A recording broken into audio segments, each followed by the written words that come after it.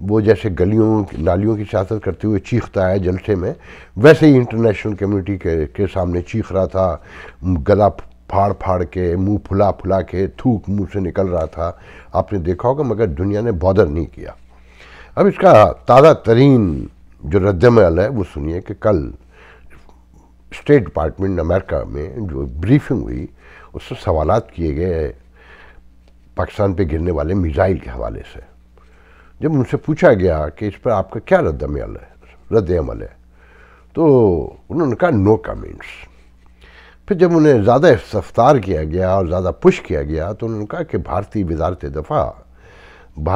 دفاع جو ہے وہ اسے ایک حادثہ قرار دے چکی ہے۔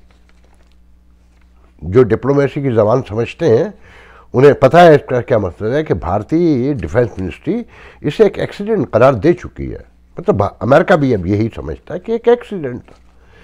پھر طرفہ تماشا دیکھیے کہ جب ان سے کہا گیا کہ بھارت میں یورینیم بیچنے، خریدنے، پکڑے جانے کے واقعات ہوئے ہیں اس پہ کوئی تبصرہ کرے تو انہوں نے کہا کہ ہمارے علم میں ایسا کچھ بھی نہیں ہے۔ غور کریں اس بات پر کہ ہمارے علم میں ایسا کچھ بھی نہیں ہے۔ اور پھر یوکرین رشیا کی وار کے حوالے سے جنوبی ایشیا پر جب گفتگو ہوئی تو انہوں نے کہا کہ جنوبی ایشیا میں جو ہمارے اتحادی ہیں ہم ان سے مکمل رابطے میں ہیں۔ اب غور کریں ان باتوں پر کہ اتنا سنگین واقعہ ہونے کے بعد جو آپ کا سب سے بڑا الائی تھا، آپ وہ نان ممبر نیٹو کے ساتھی تھے، آپ نے 80,000 لوگ بقول خان صاحب کے مروائے، آپ نے معیشت تباہ کی، اور شکریہ تو بڑی دور کی بات، آپ وہ کوئی بات کرنے کو بھی تیار نہیں۔ اور پھر خان صاحب غور کر لیں کہ جو آپ کی پارٹی اور آپ کے ٹرولر حرکت کر رہے ہیں تو یہ جو $30 بلین، یہ $14 بلین کی آپ کہانی سنا رہے ہیں کہ ایکسٹرا آئے ہمارے دور میں زیادہ ہوئے، تو یہ کہاں جا کر کھڑے ہوں گے، اس پہ غور کر لیں۔ پہلے میں آپ لوگوں کو دیکھیں، میں نے 27 ایئر ڈائریکٹ جرنلزم کی ہے نارتھ امریکہ میں، اخبار نکالا ہے، میں کمیونٹی کا اخبار نکالتا رہا ہوں، لاس اینجلس سے میامی تک اور وینکوور سے ٹورانٹو تک، تو میں اس کمیونٹی کی ساری پرتوں کو، لیئرز کو سمجھتا ہوں۔ ویسے تو بہت لمبی ڈیٹیل ہے مگر میں مختصراً بتا دوں کہ یہاں دو طرح کے لوگ ہیں جو پاکستان کے حوالے سے، ایک یہ جو اوورسیز کنونشن میں بیٹھے ہوئے آپ نے دیکھے ہوں گے، ان کی کمیونٹی میں کوئی نمائندگی نہیں ہے۔ یہ اوورسیز جو پارٹی ہے نارتھ امریکہ میں، تو دعوے سے کہہ رہا ہوں یورپ میں بھی آلموسٹ ایسا ہی ہے کہ انہوں نے جو پارٹی بنائی ہے یہاں پر مختلف سیکشن جو نیو یارک، ہیوسٹن، 6-7 شہروں میں ہی ہے ٹوٹل، اور Chicago, Washington D C, Virginia area اور لاس اینجلس میں، میرے خیال میں انہوں نے اپنی پاکٹ سے جو عہدیدار ہیں نا ممبرشپ فیس جمع کی ہے، ایم کے دوستوں کو بھی ان کے نام پہ بھی شناختی کارڈ لیے اور پیسے خود ڈالے، نون کے دوستوں کے بھی اور مختلف جماعتوں کے اور جاننے والوں کے، زبردستی کی پارٹی ہے۔ یہ پیسے پاکستان جاتے ہیں اور اکثر یہ پارٹی ٹوٹ بھی جاتی ہے اور پھر نئے سرے سے کہانی شروع ہوتی ہے، اور یہ زیادہ تر شوقین لوگ ہیں۔ یہ وہ کلاس ہے جو نوکری کرتے ہیں چھوٹی موٹی یا چھوٹے موٹے اسٹور چلاتے ہیں اور ایک عمر کو پہنچ گئے ہیں، موسٹلی لوگ جو ہیں 65 ابو ہیں، ان میں زیادہ تر جن کے بچے بڑے ہو گئے ہیں، جن کا پاکستان سے کوئی لینا دینا ہے۔ سب سے پہلے دھیان میں رکھیں جیسے نارتھ امریکہ میں 1.5 ملین کمیونٹی بتائی جاتی ہے، تو اس میں 60% ہمارے وہ بچے ہیں جیسے میں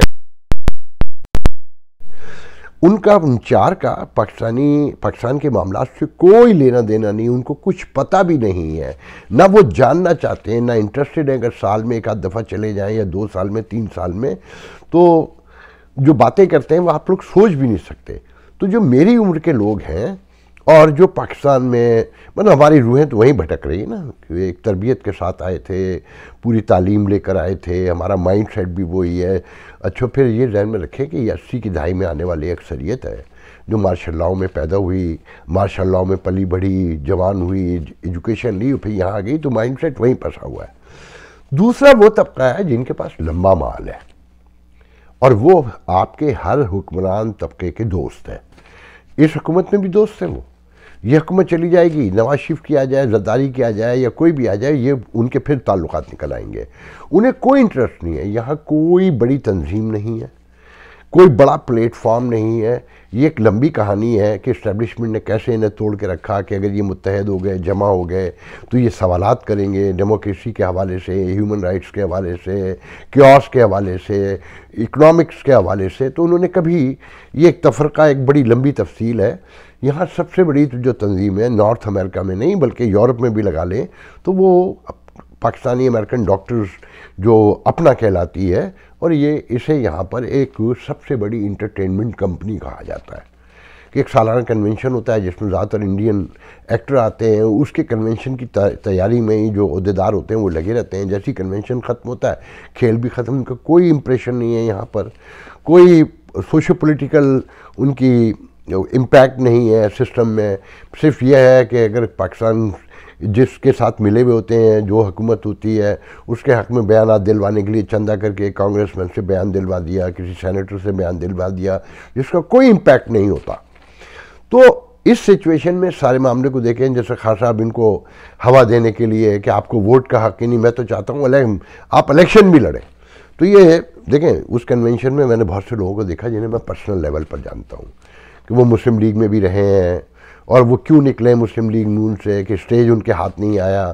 میں ان لوگوں کو بھی جانتا ہوں جو کوئی کام دھندہ نہیں کرتے، انہوں نے پیسے یا تو بنا لیے ہیں یا مختلف ذرائع سے، میں اس پہ گفتگو نہیں چاہتا، مگر کہ بس آوے ہی آوے. اور جو گھروں میں بیٹھے ہیں 95% انہیں پتہ بھی نہیں ہے کہ اس وقت کنونشن ہو رہا ہے پاکستان میں اور ہمارے کیا ایشوز ڈسکس ہو رہے ہیں.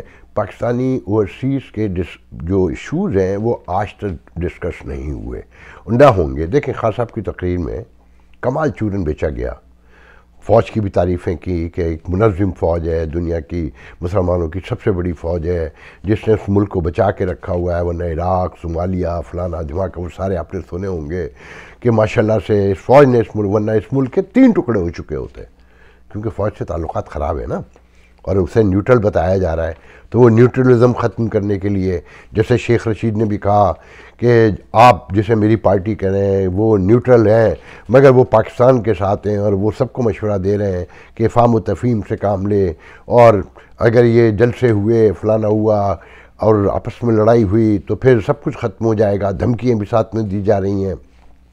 تو ان چیزوں کو غور سے دیکھیں. ذوالفقار علی بھٹو کی بھی تعریف کی بڑے طریقے سے کہ وہ غیرت مند تھا، خوددار تھا، اور وہ دنیا کے سامنے کھڑا ہو جاتا تھا، کیونکہ خان صاحب کو اپنی بات، اپنی پالیسی کو آگے بڑھانا تھا. کہ میں جب کپتان تھا تو پہلے یہ تصور تھا کہ ہم انگلینڈ سے کبھی جیت ہی نہیں سکتے، آسٹریلیا سے جیت ہی نہیں سکتے، کیونکہ ہم میچ کھیلنے سے پہلے ہی ہار جاتے تھے، کیونکہ ہمیں یقین دلا دیا گیا تھا کہ ہم ہار جاتے. اور پھر خان صاحب نے کمال بات کی کہ جب میں کپتان بنا تو اچھے کھلاڑی تو جا چکے تھے، مطلب میاں داد نہیں تھا اس میں وسیم اکرم نہیں تھا جنہوں نے ورلڈ کپ جتایا. میں تو حالانکہ اتنی کرکٹ سمجھتا بھی نہیں ہوں، مگر اس کے باوجود خان صاحب نے جو اس وقت بڑے ہمارے عظیم کھلاڑی تھے انہیں مائنس کر دیا اور یہ بتایا کہ صرف میں تھا. تو پھر خان صاحب نے بہت طریقے سے میمو گیٹ کا ذکر کیا کہ جناب یہ لوگ تو میمو گیٹ کرتے رہے اور یہ پاکستان کے فوج کو گندا کرتے رہے، اور زرداری کو بیل آؤٹ کرنے کے لیے حسین حقانی نے کہا کہ جناب وہ زرداری کو بچایا جائے اس فوج سے. دیکھیں میمو گیٹ میں وہ جو کیری لوگر بل کہلاتا ہے نا، جو میمو گیٹ کی وجہ بنتا ہے، اسے خدا کے لیے کچھ لوگ پڑھیں. وہ صرف ایک شق تھی جس کے اوپر یہ قیامت ڈھائی گئی کہ اس میں تھا کہ یہ ایڈ دینے کی شرط یہ ہوگی کہ فوج کبھی اقتدار پر قبضہ نہیں کرے گی، وہ سیاست میں مداخلت نہیں کرے گی. یہ غلط تھا. کیا خیال ہے؟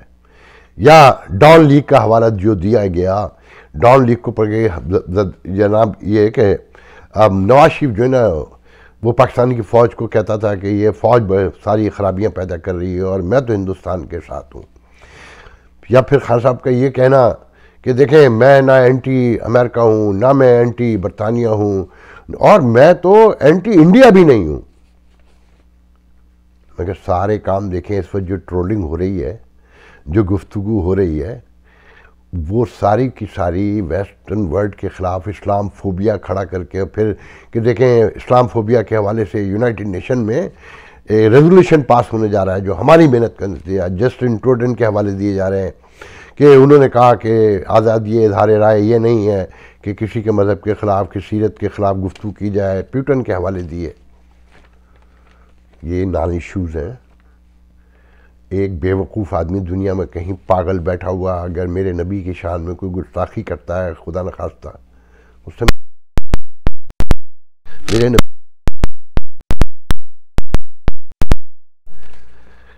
اس کا کائنات کا جواز ہی میرا نبی ہے کہ اگر اس نبی کو نہ آنا ہوتا تو یہ کائنات ہی نہ ہوتی. اس میں کیڑے بھنکوں کی، احمقوں کی، پاگلوں کی اوقات کیا ہے کہ میں اسے بادر کروں. مگر ہمارے ہاں چورن یہی بکتا ہے، اسی کو بیچ کر آگے بڑھا جاتا ہے.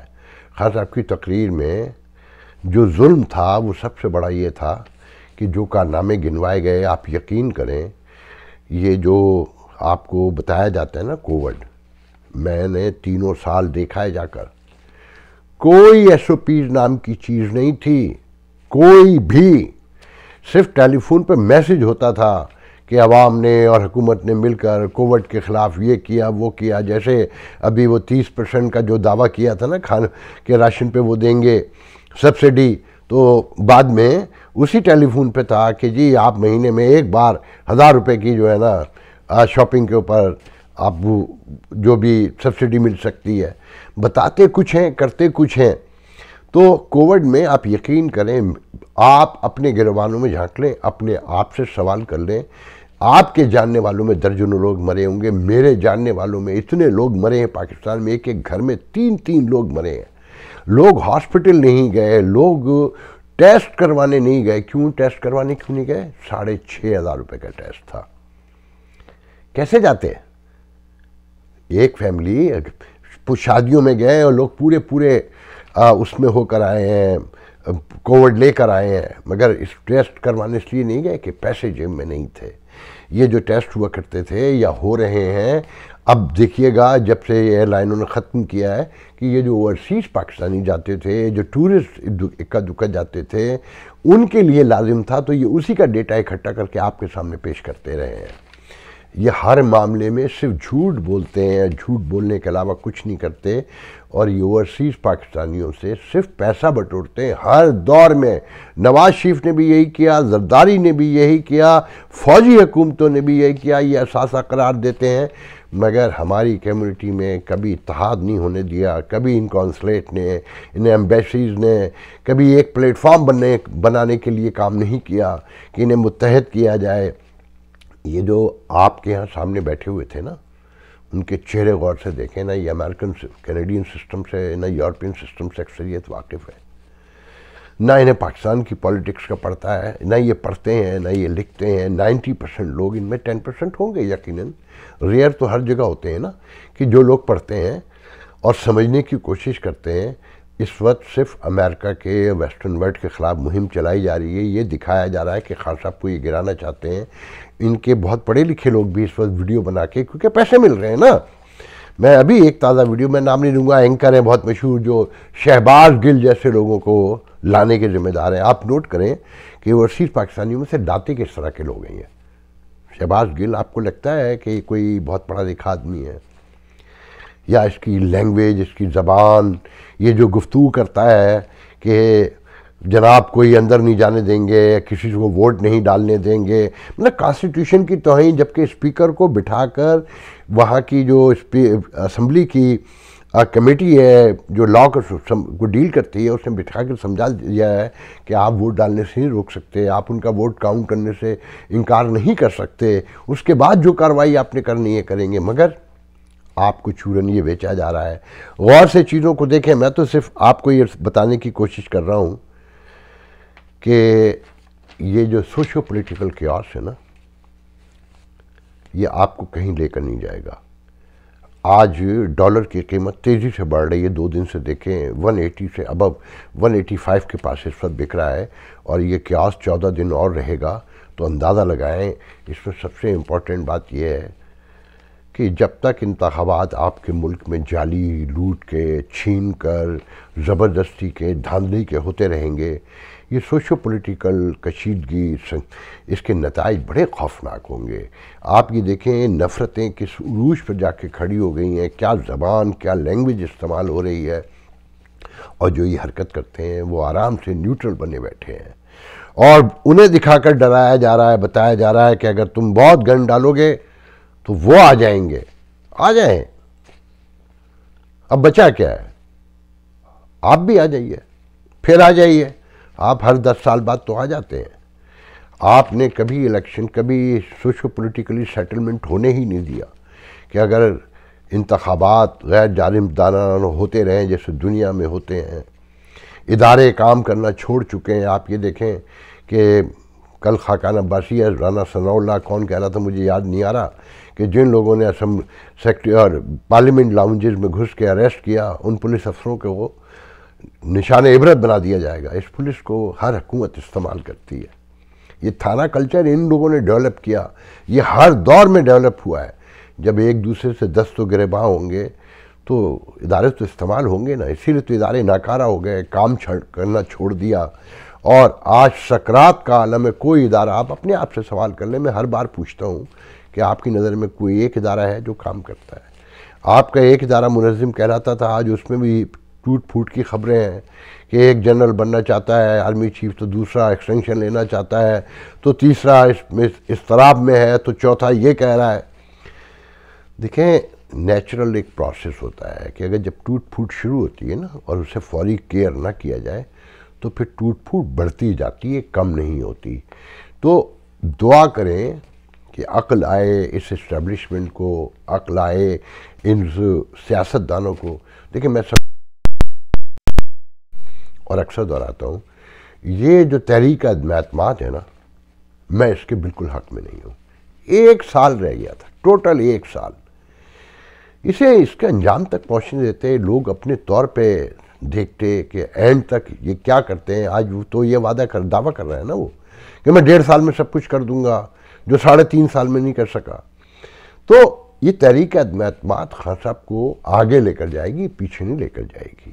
خان صاحب جیت گئے تو یہ عذاب میں ہے, اور ہار گئے تو پوری قوم آپ عذاب میں. یاد رکھیے گا, وہ کہتے ہیں گھر بازی عشق کی بازی ہو, جو چاہو لگا دو, ڈر کیسا. جیت گئے تو کیا کہنا, ہارے بھی تو بازی مات نہیں. تو خان صاحب ٹھیک کہہ رہے ہیں کہ انہوں نے 2 نفل ادا کیے شکرانے کے, کہ پارٹی بھی ایکٹیو ہو گئی اور لوگ ٹماٹر آلو کی قیمت بھی بھول گئے, اور لوگوں کو اب کچھ یاد ہی نہیں ہے. پوری قوم ایک جگہ پر ایک ہی کام پہ لگی ہوئی کہ تحریک عدم اعتماد آئے گی کہ نہیں آئے گی. دیکھیں کچھ ذرائع تو یہ بھی کہتے ہیں کہ 27 کو جو خان صاحب نے جلسہ بلایا ہے نا, جو 10 لاکھ لوگوں کے بارے میں کہا گیا ہے, جو 50,000 سے بھی اوپر نہیں ہوں گے, وہاں خان صاحب عین ممکن ہے اپنے استعفے کا اعلان کر دیں. جب انہیں یقین آ جائے گا کہ اتحادی ٹوٹ چکے ہیں, جو ٹوٹ چکے ہیں. دیکھیں ایم کے ایم کی آنیاں جانیاں روزانہ دیکھیں نا, کہ کبھی ملنے جا رہے ہیں. اب آج شہباز شریف وغیرہ کو دعوت دی ہوئی ہے ملنے کی. اوقاف لیگ جس طرح سے بیہیو کر رہی ہے, کہ چودھری شجاعت حسین نے کہا ہے کہ جناب اپوزیشن پارٹیاں جلسے کرتی ہیں, حکومت تھوڑی جلسے کرتی ہیں, اور یہ دونوں پارٹیاں جلسے منسوخ کریں ورنہ معاملات خراب ہوتے جائیں گے. خانہ جنگی کے اشارے دیے جا رہے ہیں, پورے ملک میں ایک افراتفری کا عالم ہے. تو اصل بات یہ کہ آپ لوگ فیصلہ کریں, آپ لوگوں نے طے کرنا ہے. میں تو صرف آپ سے یہ کہتا ہوں کہ ان میں سے کوئی ایک بھی, خان صاحب اگر کنٹینیو کرتے ہیں تو آپ کے ہاتھ کچھ نہیں لگنا. مہنگائی کم ہو جائے گی, ادارے کام کرنا چھوڑ جائیں گے, اپوزیشن آرام سے گھر بیٹھ جائے گی. یا اپوزیشن جیت جاتی ہے, یہ حکومت بنا لیتے ہیں, تو کیا خیال ہے مہنگائی کم ہو جائے گی, آپ کے ادارے کام کرنے لگیں گے, تھانے دار شریف ہو جائے گا, آپ کے خلاف FIR نہیں کاٹے گا. یہ چیزوں کو ذرا غور سے دیکھیں. یہ معاملات جبھی درست ہوں گے کہ جب آپ کو شعور آئے گا. آپ ان جلسوں میں جانے سے انکار کر دیں کہ تحریک عدم اعتماد آئینی حق ہے. جو غلط کر رہے ہیں وہ, اس کے نتائج سب کے سامنے آ جائیں گے, سب دیکھیں گے. مگر آپ لوگوں کو چاہیے کہ اپنے ووٹ کے موقع پر باہر نکلیں. اس کے علاوہ باہر نکلنا اب آپ پر جائز نہیں بنتا ہے. اور پھر جب تک آپ کی صفوں سے لوگ نکل کر نہیں آئیں گے نمائندگی کے لیے آپ کے ہاتھ کچھ نہیں لگنا. یہ سیاسی پارٹیاں, شہباز شریف وزیر اعظم بن جائیں گے, اور کوشش ہو رہی ہے کہ حمزہ شہباز کو وزیر اعلیٰ بنا دیا جائے. اتنا غور تو کریں، چیزوں کو، معاملات کو کچھ عقل سے بھی سوچیں۔ نہ ہی اس ملک میں جمہوریت ہے، نہ اس ملک میں اب کوئی نظام ہی نہیں ہے۔ اصل ایمانداری سے دیکھیں، یہ اشرافیہ کی جنگ ہے، اشرافیہ کے درمیان لڑی جا رہی ہے، اس سے آپ کا کوئی لینا دینا نہیں ہے۔ آج کے لیے اتنا بہت ہے، انشاءاللہ کل دوسرے پروگرام میں گفتگو کریں گے۔ اللہ حافظ۔